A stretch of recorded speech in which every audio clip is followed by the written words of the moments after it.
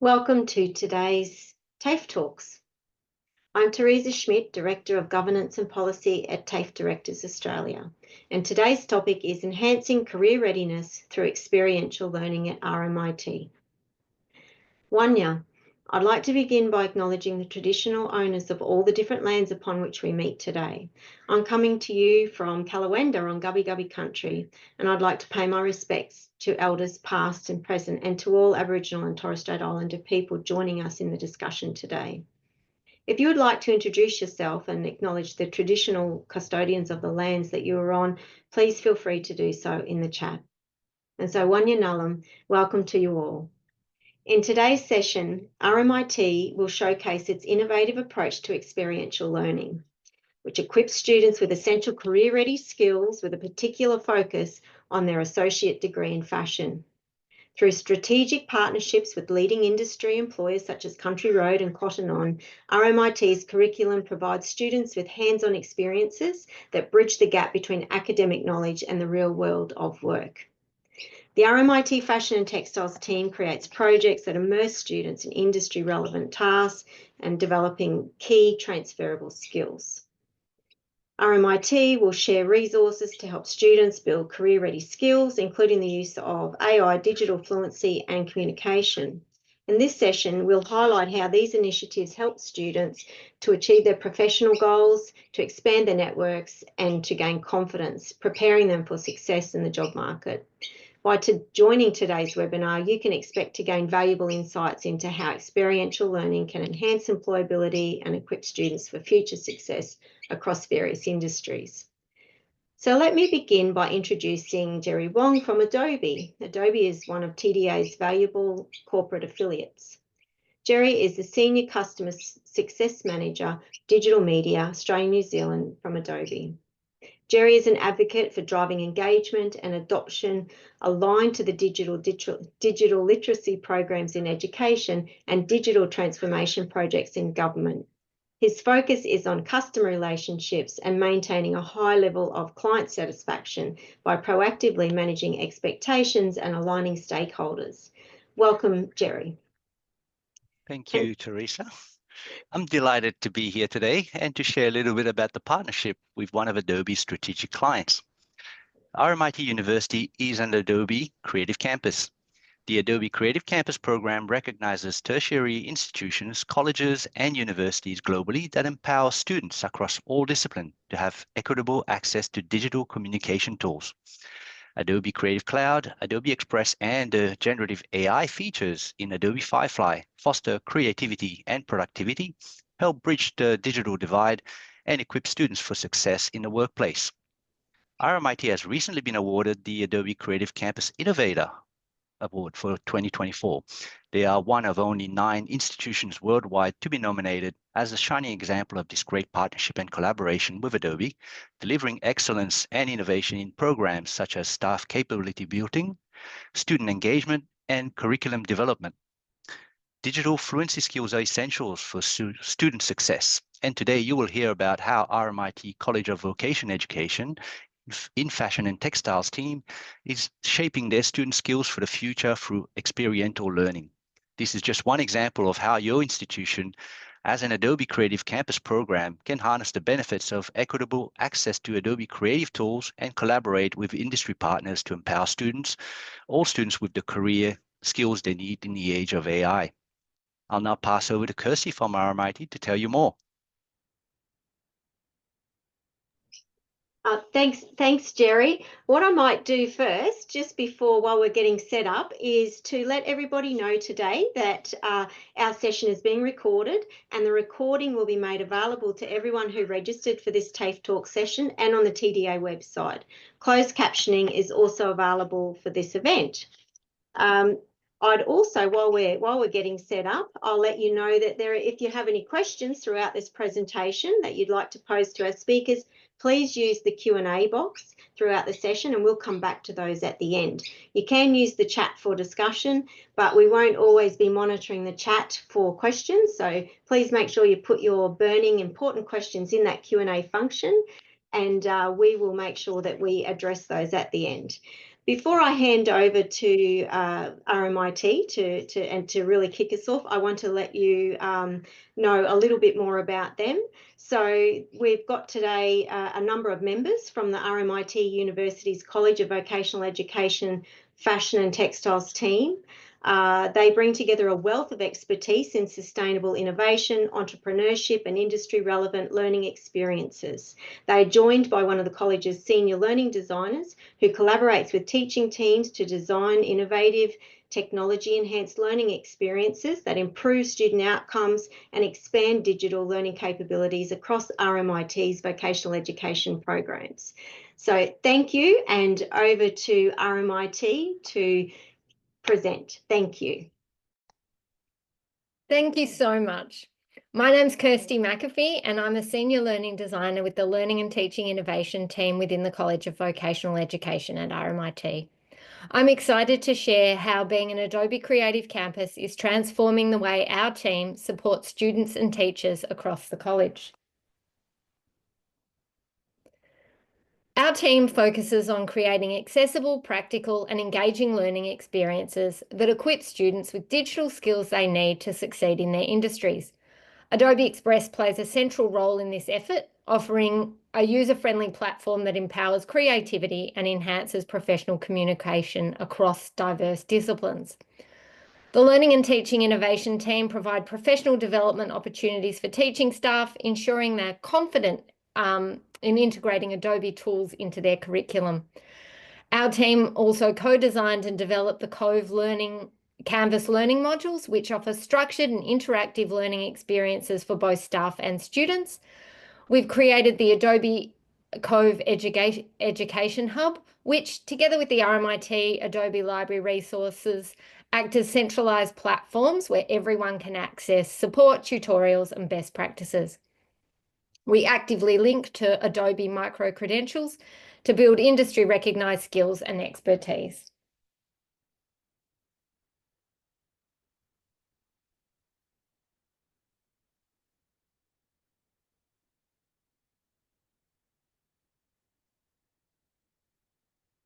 Now, let's just walk through an example of our creating video content and social media stories in Adobe Express module. This module walks our students through designing scroll-stopping video content tailored for platforms like Instagram or TikTok, allowing students to meet their audience where they are and develop essential skills for personal or industry partner branding or professional communication. In each of our modules, we provide blended learning resources, before content, which ensures students are connected with relevant microcreds and resources to feel confident to tackle the task at hand, during, which outlines the steps required to complete the learning activity, and finally after, which provides instructions for what next. This might be submission, discussion, or additional resources to consolidate or extend their skills. While this module is focused on video content, Adobe Express is such a versatile tool. It's about enabling our students to create high-impact creative assets on demand for diverse applications, all vital for showcasing skills and knowledge in today's digital-first world.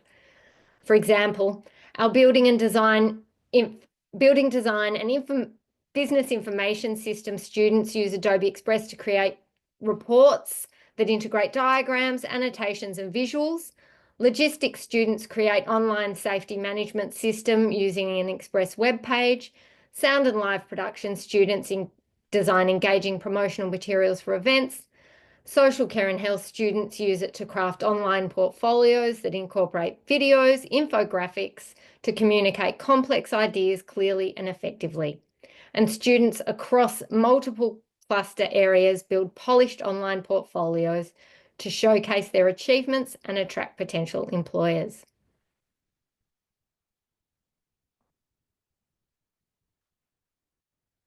So what makes Express so impactful is its simplicity combined with professional grade results. Empowering visual communication, students are equipped with the skills to translate ideas into visually compelling content, enabling them to communicate effectively across digital channels, streamline their digital workflows. Students learn to efficiently create and adapt content for various platforms. This capability streamlines digital workflows, enhancing productivity and professional readiness. And finally, fostering quick skill development in creating assets, enabling students to swiftly apply new knowledge to projects in real-world scenarios. And here's a little bit of feedback from a student recently regarding a report template that was created. And this kind of feedback highlights how Adobe makes learning both effective and enjoyable for our students. In summary, our relationship with Adobe is helping us enhance our vocational education skill set by making creativity accessible to all our students, regardless of their field of study or prior experience with design tools. Whether it's for academic assignments or professional applications, it's equipping them with transferable skills to open doors in their careers. Now I'm going to hand over to our fabulous Fashion and Textiles team, Katrina, Paul and Julie, who will discuss how the Fashion and Textiles team are connecting students with industry opportunities and using Adobe tools across their programs. So thanks so much, Fashion and Textiles. Thanks, Christy. I'm Katrina Rose. I am the Program Manager for CoVE Fashion and Textiles. So our suite of programs run from a Certificate 3 in Apparel, Fashion and Textiles through to Certificate 4s, diplomas and associate degrees in fashion, both in the business end of the fashion industry and the creative design and technology end as well. We are going to be sharing with you today a project particularly that we use in our associate degree. So I know that this is a TAFE talk, and these are principles that we also utilise in VE programs as well, but there is a difference. And one of the major differences is with an associate degree, of course, we're dealing with curriculum, not with competency teaching, and it allows us the flexibility to get our students to work in teams because they can be marked and and assessed from a team perspective and not just the individual because of competency requirements. So there are some differences. As Teresa said at the beginning of this session, please use the Q&A section if you have any questions at all. And between the three of us and also Christy, we'll endeavour to answer anything as openly as possible. It is going to be interesting to see how you find how we have utilised the Adobe suite within our programs. So for our associate degrees in fashion, we collaborate with many major fashion brands and organisations. So we might be collaborating one semester with Kmart, Cotton On, Sports Girl, Maya, Country Road, and we'll be showing you some of these in terms of student examples. But we may also be working with, sorry, Chrissy, can you just go back one as well? Thank you. We could also be working with smaller companies. So we have worked in the last few years with companies like Closing the Gaps or the philanthropic company Homey. And again, we'll show you some examples, particularly I think it's coming up from Homey. So where they are really working on a not-for-profit model and looking at what they can do in giving back to the community. So we give examples with our students where they work particularly in teams during their final semester on an industry-led project. So we still have teachers in place, but the project itself is essentially set by industry. It might be solving a problem or looking at a new opportunity or re-looking at and questioning how that company is doing in particular areas. We encourage as teachers our students to be as critical as possible in using the Adobe suite to present ideas, particularly back to industry. I think that as a program manager, when I look at the student outcomes, it is really important that we're getting our students to overcome the fear. It's very easy to make the mistake that, all the new generation are digital literate and, it's all easy. Well, it's easy up to a point. And then when there are grades or potential jobs involved, it becomes harder.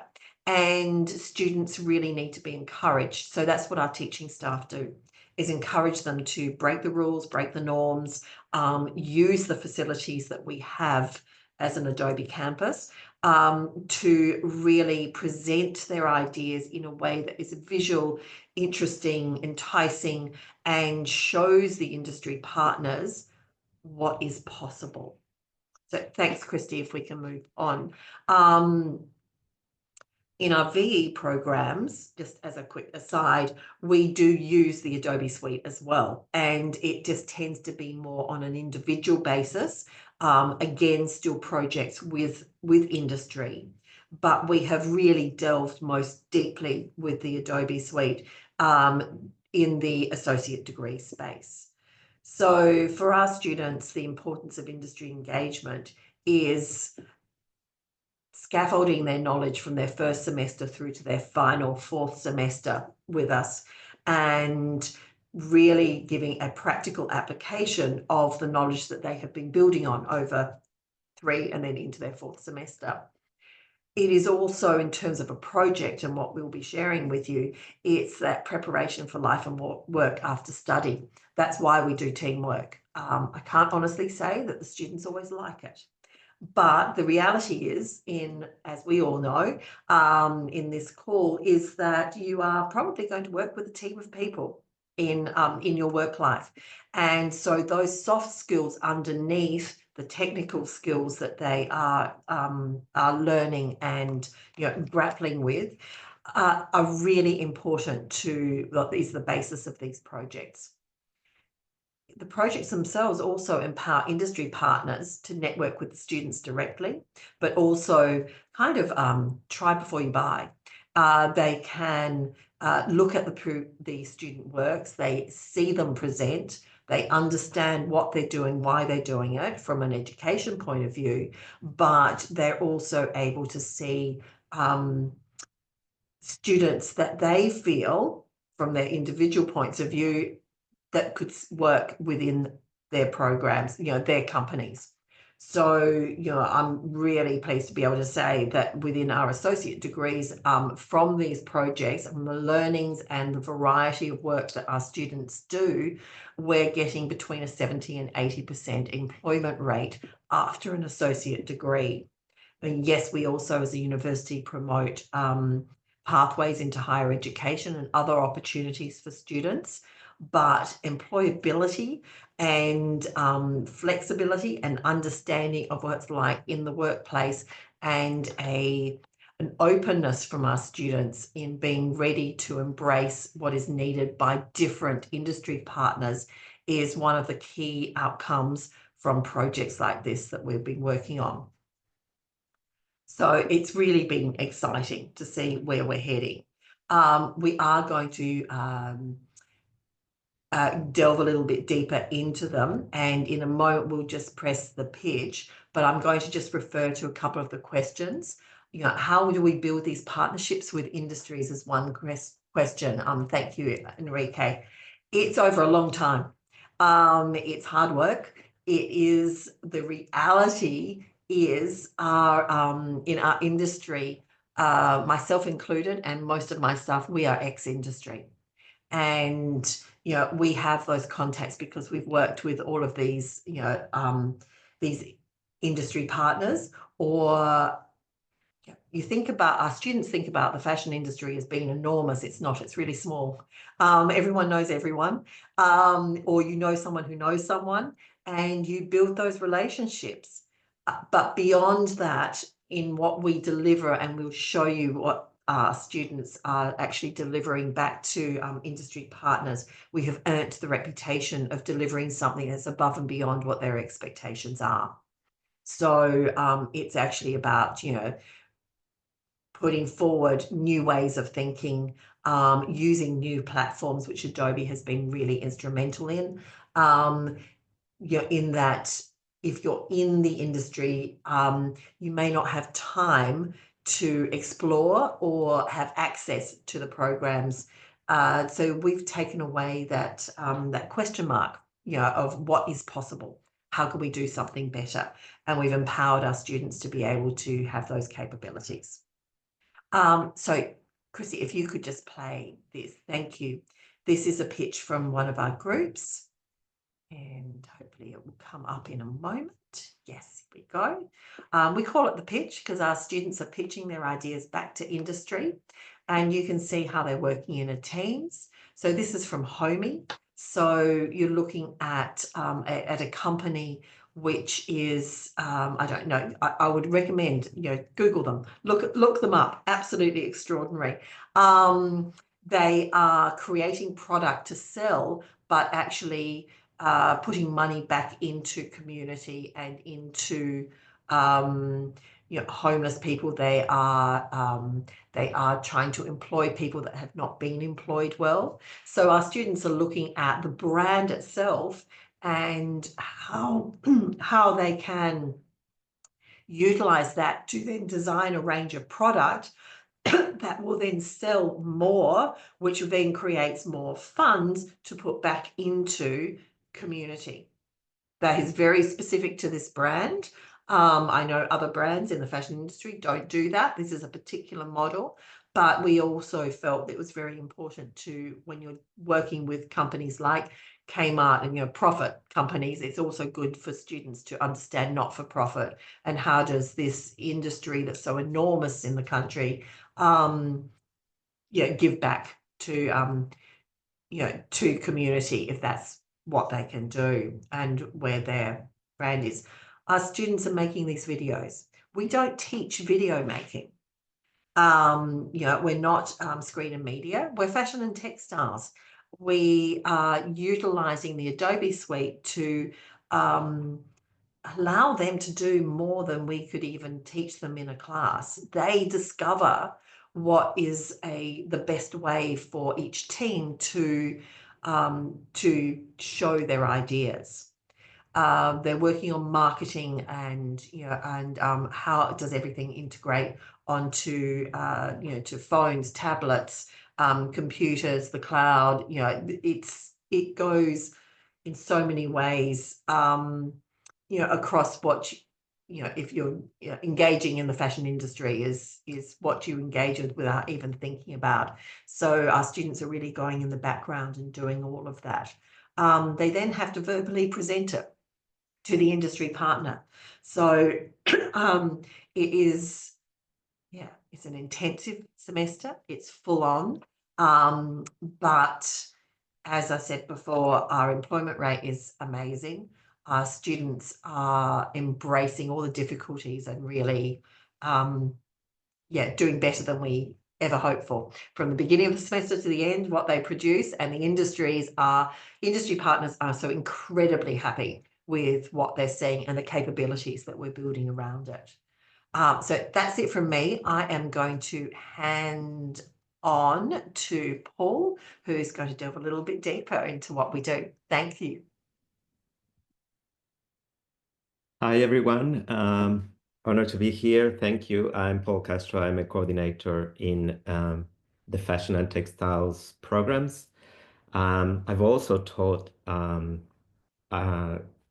IT to a few of our cohorts, especially in fashion styling and footwear as well. So Katrina already gave you a bit of an idea of what we do. And as you can hear from Katrina's presentation, we are very proud and very passionate about what our students do and what they produce. When I was teaching IT, I used to tell my students that knowing these programs, especially the Adobe Suite, or some of them, is like speaking a new language. And you may not be fluent, but at least you need to have an idea of what is happening around you. These are industry standard software that the majority of companies in the fashion industry use.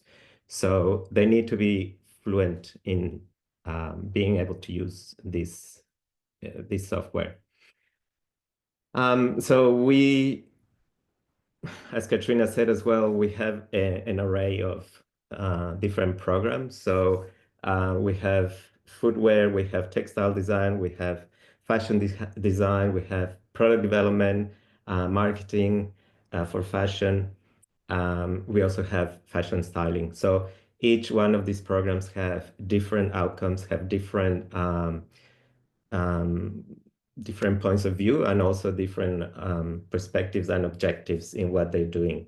However, there is a common thread around them in general. So as many of you would know, in the creative process, there is a few steps.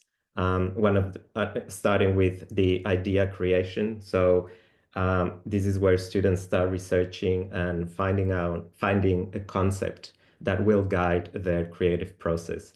So usually for this, we get them to put together images that we call a mood board.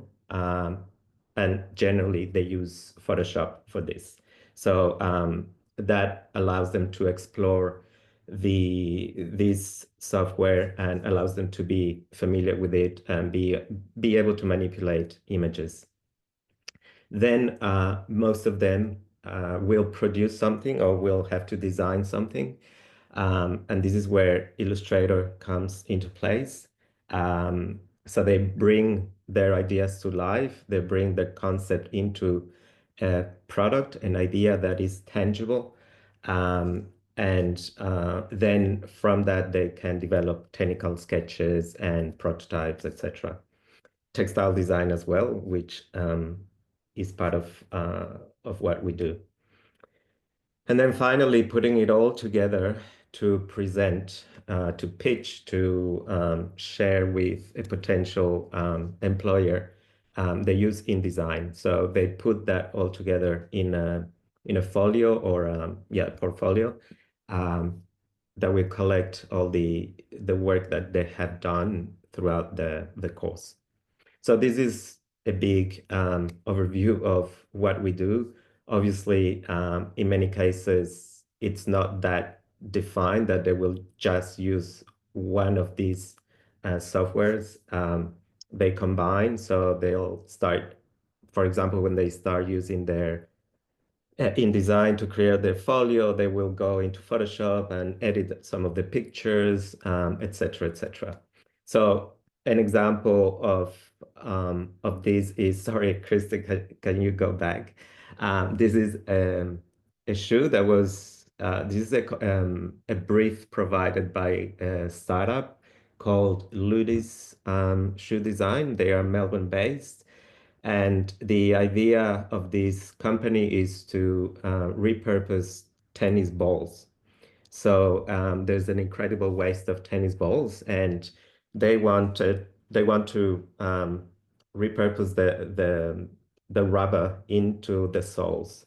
So the brief was around sustainability. Obviously, comfort was something very important, and also the idea of having skin-friendly materials for the tops of the shoes, and also orthopedic comfort. But all that obviously is around the idea of circular innovation. When the students presented these designs, the company they were very, very impressed. And yeah, it was a competition. So one of the students won the first prize, and I believe it was this one. So Kirsty, can you go to the next one, please? So yes, you can see here a few examples of how students have combined Photoshop when it's about manipulating images, or Illustrator when it's about designing textile repeats, for example, like the image at the bottom on the left, or product like the shoes. So yeah, this is an overview of what we do. Now looking ahead at the future, we want to expand this. And as I said before, we are very passionate about it, and we are very excited about the future. We have big plans for our courses, and we are really wanting to explore, obviously, AI. We have already started, but there's a lot more that we can do and we will do. Here's an example of what can be done using Firefly. This was Kirsty. She put this little dress, the drawing on the left, black and white, which is a good gives you a good idea of what the dress would look like. But once you put it into a software like Firefly and get this kind of rendering, it really brings the whole object to life. So we do want to continue exploring this and take the student designs to the next level. As a fashion student design myself, I would have absolutely loved to see this in my years of studying. In my time, it was not even computers, it was hand drawing, but anyway, we won't discuss that. And obviously after that, we would like to explore the idea of 3D modeling. We were very excited about what Adobe is developing in terms of software for that. We went to a conference recently called, what is it called? Make It Melbourne. So we were amazed about all the stuff that Adobe is developing, and we can already see the potential of adapting all this to what our students are doing. So we are very excited about this and want to continue exploring. Okay, that's enough from me. And now I'll introduce Julie, who is one of my colleagues in fashion and textiles. Julie? Thanks, Paul. Hi, everyone. I'm Julie DeGanzik. I'm one of the program coordinators in the Fashion and Textiles V programs, and I've worked as a mentor on our TRI project as well. Nice to be here. So I'm going to talk to you a little bit about our project. It's the Retail Initiative project. It's a 16-week capstone project. So at the end of their 2-year program, it draws on all of their knowledge and challenges them to work as a team to work with an industry partner. So an industry partner will come in and deliver a brief to the students. That, as Katrina said before, that brief is typically around a problem in their business or potentially, you know, a new market for them to look at and explore. So the students are then expected to research the industry partner, their business, their customer, their competition, and the market in which they're trading. And they will respond with a pitch to the industry partner at the end of the 16 weeks of a business concept that involves a small range of merchandise and a very extensive and detailed digital and non-digital marketing campaign. And that marketing campaign can include social media, it can involve billboards, but also things like packaging, new VM setups, new planograms in stores, and potentially changes to supply chain setups, logistics, that sort of thing. So a couple of years ago, we decided we needed to up-level the presentations to the industry partners. Students were coming to us with these amazing skills in Illustrator, Photoshop, InDesign. We wanted them to explore the Adobe ecosystem a little bit more. We reached out to our learning and teaching team, Kirsty's team, and asked, okay, what can we do to improve the presentation of the students and allow them to better communicate their ideas? So we worked with our digital marketing subject that sits in the first part of our project, alongside of our project. And we chose to work with Adobe Express. So the team came in and did a series of short workshops with the students and allowed them to become comfortable with Adobe Express. It's quite easy to use and taught them the basics, I suppose. So things like in the digital marketing course, they were able to learn how to create their TikToks and their social media campaigns in Instagram, Facebook. And they could take that into the project and then put that into a presentation. The whole idea being that we were going to not only better present their ideas, but create or present to industry at the end of the project students who were demonstrating digital proficiency, which is, you know, what the industry is looking for. So that's an example of some of the work they've done. Do you want to go to the next slide, Kirsty? Great. So this is, I'll let this play in the background, but this is the sort of work that our students pitched to the industry partners at the end. So these are two of the winning pitches. There's Cotton On, and I think the other one is Kmart. No, Sports Girl. This one's Sports Girl. I think it's important to note that what's special about this project is we don't teach. We're not teachers in this project. There are mentors. So the whole idea of the mentors is that they direct the students, support their ideas, challenge them, but also challenge them to drive their own learning. So whilst they're coming up with these amazing ideas, they're having to explore, say, Adobe Express to find out how they can better use it to communicate their ideas.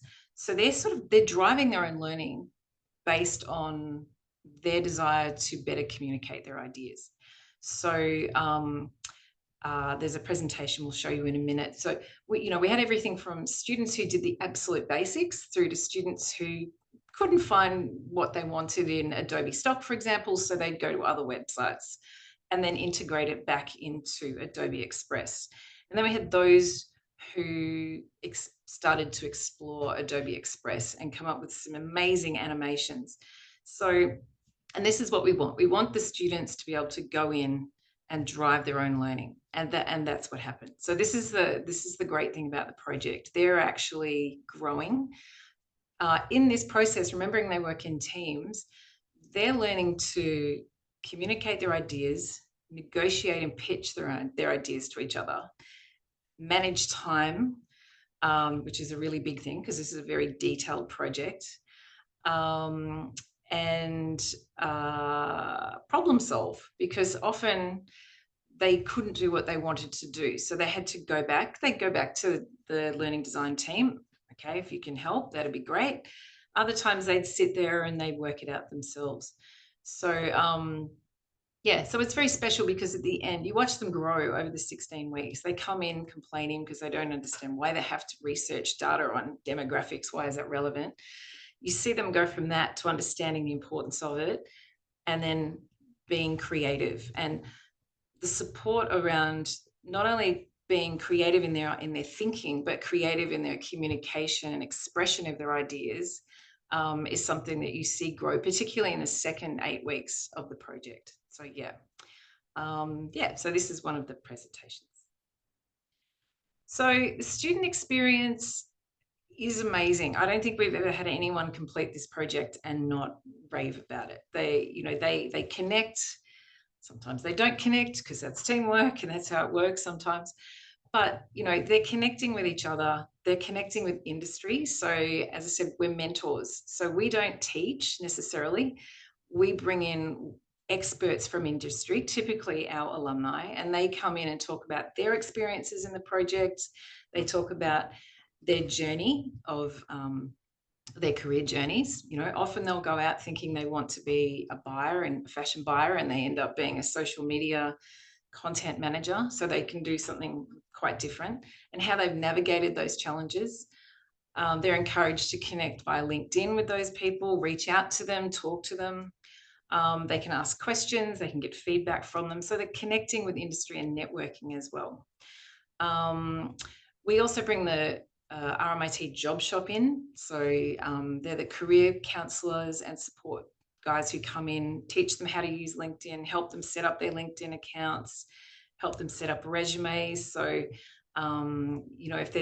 when industry does connect them, and often at the end of the presentations, if the guys from industry are impressed with someone who's presented, they will ask for their resumes. So they're all set up, ready to go.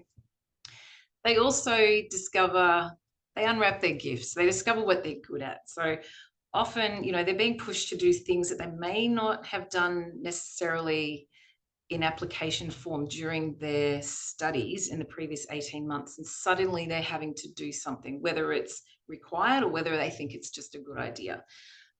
So we had a group a few years ago who wanted to create a magazine. They didn't know how to create a magazine, so they had to learn it, but they learnt it because they really wanted to do it. They felt it was important to their pitch. And then one of them discovered that, oh my God, I love writing. I love content writing. So that's where she's ended up. So at the end, you get students who are so utterly proud of their work and quite shocked at what they've been able to produce. They don't believe that at the beginning, but by the time they get to the end, to see them stand up, we often get emotional because they stand up with absolute pride and present their ideas, which is great for us. So yeah, as a skill development, we see them collaborate, negotiate, think creatively, critically, which is a challenge with this age group, I think. They learn to manage a project, which is important. And most importantly, I think they learn to be agile learners. You know, if they want something, they've got to navigate it. They've got to find it, teach themselves. They get support, but their learning is driven through their ideas and their desires to produce something they feel is important. So I think the next slide might be one of our videos talking from our students. It's got sound, Kirsty, talking about their experience in the project. Yep. These are our two winning groups from a couple of years ago.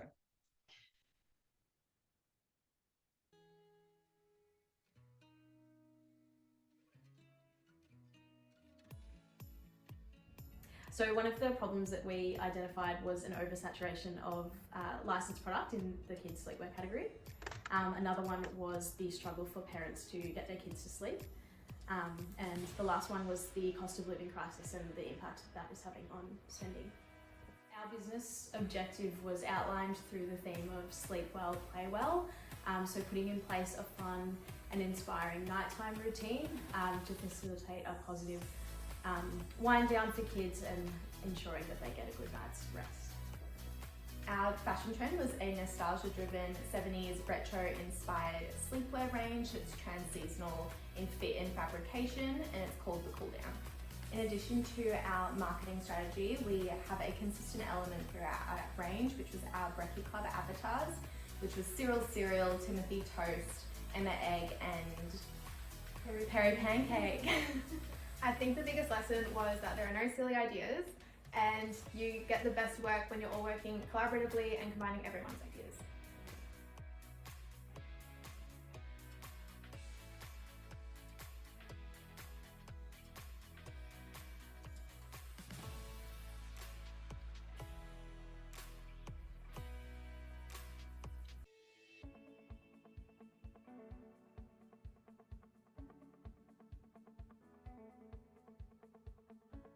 The 4 problems that we identified was frugal living, which is about cost of living, care culture, sustainability, and mental health. Our trend, You Go Girl, consists of a fun and feminine style while also creating a cozy environment within Kmart. Our recommendations for Kmart were to create a sub-brand, launch this sub-brand alongside our sleepwear range, maintain Kmart's lowest prices, utilise social media to engage with our Gen Z customer, and better communicate sustainability practices. So we wanted to reflect what we did online in store as well. So we did this by recreating the website and the mobile app, as well as using TikTok, Instagram, and Spotify to reflect our marketing. So those two briefs, the first one was for Cotton On Kids, and their brief was to, thanks guys, their brief was to, from Cotton On Kids was how do we connect with the Gen Z parent, because Gen Zs are the new parents and they're quite different. So how do we go about connecting with them? And the girls felt it was really important to have these characters. So they used Adobe Express to create these little avatars. And as you notice, they had them printed on t-shirts, but all through their presentation, it was animated, and that was all done in Adobe Express. So they were and they taught themselves to do that. They were very proud of themselves. The second brief was Kmart have Gen Zs coming in buying skincare. How do we keep them in the store to buy apparel? So Yeah, once again, all the TikToks all created in Adobe Express. And we'd never done that before, and the industry partners were just blown away. In the case of the girls from Cotton On, all 3 were offered jobs at the end of their presentation by Cotton On. So we're very, very proud of that. So yeah. And I think that might be all from me. So thank you.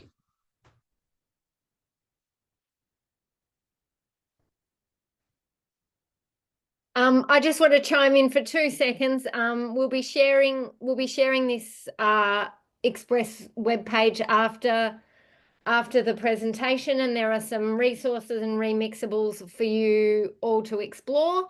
And also, yeah, thanks for having us. And by all means, you can contact either the Learning and Teaching Innovation team or the Fashion and Textiles team after the fact. Thanks, Christy, and thanks to the team from RMIT. That was amazing. Some great examples of student collaborative work and engagement with industry. And I can see there's been some questions coming through in the Q&A, which you've been answering as we go along. So lots of interest. So those of you who aren't sure, there's a panel down the bottom. You can open up the Q&A and see the answers that have been typed in there. There's been a lot of question about building those partnerships with industry and engagement, and I think you've answered those very quite fully there. So lots of great feedback. I wondered, and this is something that I've been thinking about our audience and the people who will watch this later. Now, I think it was Paul who triggered this question for me. Paul said, "Oh, you know, back in the day when I was a fashion student, and perhaps even when you were starting your teaching, things were a little different, and you were hand drawing." And so there's a lot of new skills here. So yes, the students are finding their own way, and they're learning their way, navigating around these and learning things you hadn't thought of before. How do the educators keep up? What's the challenge there, and how do you meet that challenge? I think, yeah, Katrina said that we assume wrongly that students are very fluent in these applications just because they are on their phones or they're using the technology all the time, but not necessarily this kind of technology. So this is where the teacher hat comes into place rather than the designer hat, and really understanding how difficult it was for us in the beginning as well, and really trying to break the knowledge down so that they really assimilate all that is happening in these software apps. In general, they are quite intuitive, and once you understand one of them, the interface is similar across all of them. So this is what I tell my students as well. You know, just understand this one, understand the beginning. Photoshop generally is the easiest one. Once you understand this, you'll be able to catch up on the rest. And yeah, obviously we need to keep up with what is happening, all the new developments. AI is a big thing now, and I know I'm not teaching IT anymore, but I know that our teachers are constantly getting updates on what is happening and playing with it, using it, and getting students to use that as well. Thanks, Paul. Anything to add from the rest of the team? Paul sounds like he's got the IT experience. I wondered, you know, is as the educator, how do you keep on top of the industry updates? Are there any tips you might have for people who are trying to keep up with this change that we're facing in technology? Look, I think, Teresa, it's and everyone online, you know, I think from our point of view at RMIT, we're in a very fortunate position where we have teams like Christy who support us in learning. So they're not just supporting the students, the student learning, they're also supporting the staff learning. So, you know, as teams of teachers, if we see an emerging need, we can actually request PD, and that can be organised. So whether that's attending something externally, if it's available, or building something with our internal teams to meet the needs that we're seeing in the industry, and therefore also the needs of the students and who will be the workers of the future. So I do think we're very lucky to be able to access things like that, and we make it work for us. So I hope that answers your question, Teresa, enough. Yeah. And it's constantly changing. You know, we have to keep doing different things, looking at new technology. But I think perhaps one of the keys to our success in these projects is, as Julie said, you know, when it comes to the end, it's about us as teachers stepping back and empowering the students as learners to take, you know, lead in their own direction. And they are perfectly capable of it. They just need that safety net underneath, which is us as mentors and teachers to support them and let them know that failing something is okay. That's probably the biggest learning curve for them. But structuring things so that doesn't mean that they fail a course or a program or anything, you know, really dramatic. It's just that they learn, and they learn through trial and error, and then ultimately present something that is really of value. Can I just add to that too, Katrina? I think we went, as Paul said, we went to the Adobe Make It conference the other day, and I think all of our heads were spinning because there was so much and it was so amazing. And so it's very easy to be overwhelmed with all the technology. And I think it's really important to sort of stop, look at what you're doing, look at the outcome you want to achieve, and what tool is going to deliver that outcome that you want. You can't do everything, you can't use everything. So for us, it was about improving our presentation. That was really it, but it's kind of evolving from there. And obviously we're looking at AI, and we're looking at virtual runways, and we're looking at 3D modeling, and you know, it's baby steps. Otherwise it's just too much and you lose focus and become overwhelmed, really. And there's a lot going on. Oh my God, there's a lot going on. And also, I'd like to add that we have a team of very, very passionate teachers. They would call themselves Adobe nerds, because they just love learning by themselves. Looking at Adobe has amazing resources to learn, so they are always constantly keeping updated with what's happening. So there's not even a need for us to ask them to do that. They just do it because they love it. Thank you. Thanks, team. There's some good tips there. So you were talking about experiential learning, not just for the students, but for yourselves as well. But you also put some parameters around that, you know, focusing on what is it that you actually need to achieve. Otherwise, you could go off on all different tangents. And it sounds like there's so many cool tools to use that you really could just become completely immersed and potentially overwhelmed and distracted. So yes, experiential learning, but with a little bit of a boundary around that, some fences. So sounds like a great team and a very good process you've got.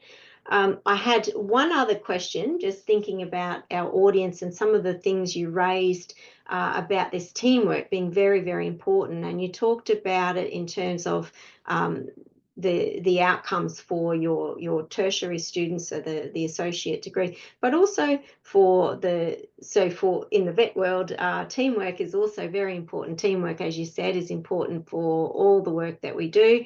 And the work that you're doing in developing these learning resources and developing the assessment pieces and the learning activities is all focused on this teamwork. So some of those tricky situations that come up in teamwork activities, what were they? How did you resolve those? How do you actually teach these soft skills? That's what we want to know. Julie, you want to answer that one? I'm not quite sure where to start. Well, we made a conscious decision a couple of years ago to let the students decide who they wanted to work with, as opposed to randomly put them with people, and that has helped a lot. We're very conscious of diffusing any potential situations very, very early on.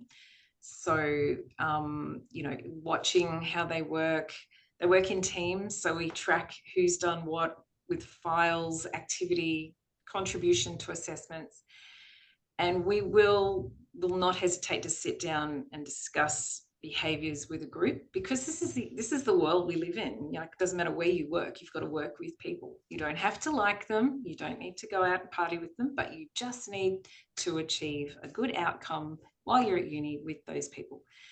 So it can be very challenging, very, very challenging. And as you could appreciate, some of our students are pretty feisty.